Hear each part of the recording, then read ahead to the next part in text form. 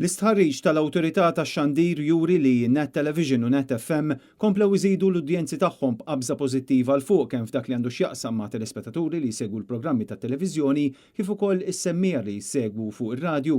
Iċ-ċifri juru li fuq sena Net Television żied l-udjenzi tiegħu minn 12% għal 14%. Dan meta One TV naqqas minn 25% għal 17% biex bekk iż-żewġ stazzjonijiet ġew prattikament ras imbras. Bħala medja kull ġimgħa dawk li jaraw Net Television telgħu minn 6.5% għal 10.2%, filwaqt li dawk li jaraw l-istazzjon Laburista naqsu minn 17% għal 12.8%.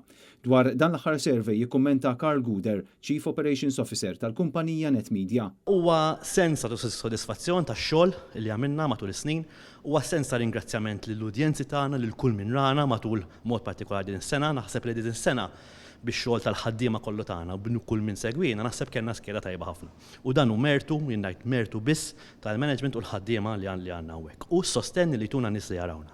U grazzi ħafna wkoll lil kull min jagħmel investi fina, jagħmel advertising fina, fl-aħħar mill-aħħar in-nies jinvestu fina mhux għal gustu pjaċir li jinvestu hawnhekk, imma għax iridu jaraw return. U naħseb li kull min issa se jkun qed jieħu deċiżjoni fejn se jinvesti flusu, illum għandu iktar moħħu mistrieħ illi ħajinvesti f'Net Television, ħajinvesti f'Net Radio, ħajjieħu return ikbar. Għaliex l-udjenzi li għandna dawn huma indipendenti li ħarġu Broadcasting Authority juru biċ-ċar illi il-segwaċi tagħna qed jiżdiedu mod tajjeb ħafna matul iż-żmien. L-istess survey juri li fejn jidħol ir-radju Net FM tela fil-5 post bħala l-aktar stazzjon tar-radju segwit f'pajjiżna u minn 6.2% f'Ġunju tas-sena li għaddiet l-udjenzi żdiedu għal 10.4%. Interessanti l-istatistika ta' kemm isegwu nies Net FM fuq bażi ta' ġimgħa sħiħa.